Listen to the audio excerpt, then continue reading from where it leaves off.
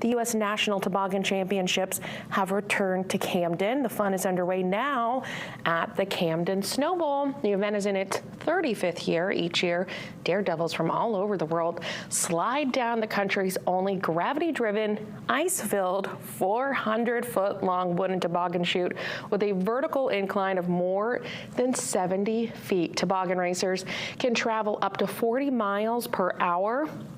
More than 400 teams compete and thousands crowd around to watch. More information on this weekend's fun can be found at toboggannationals.com.